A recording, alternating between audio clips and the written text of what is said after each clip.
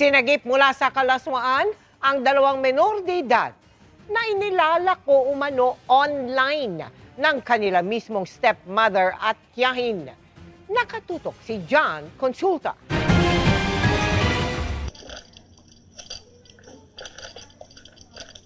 Pagdating sa Olongapo City, dumiretso agad ang NBI Violence Against Women and Children Division sa bahay ng kanilang target. Inaresto ka namin sa salang possession of child sexual abuse and exploitation material under 11930. Ikaw ay may karapatang manahimik.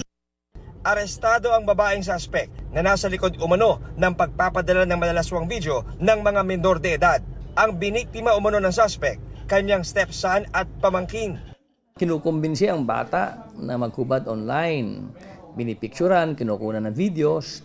Pagkatapos binabayaran ng bata, binibigyan ng konting allowance. Kapag natanggap na ang mga videos, ini-offer naman to online for sale doon sa kung sino mga pedophile na interested na makabili ng mga materials na ito.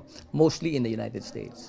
Nakipag-coordinate daw ang US Homeland Security sa NBI matapos maaresto ang ilang membro ng isang child pornography ring sa Amerika. Kaya naikasa naman ang operasyon sa bansa. Nasa gitna ang mga biktima habang naharap sa patong-patong na reklamo ang suspect na wala pa ring pahayag.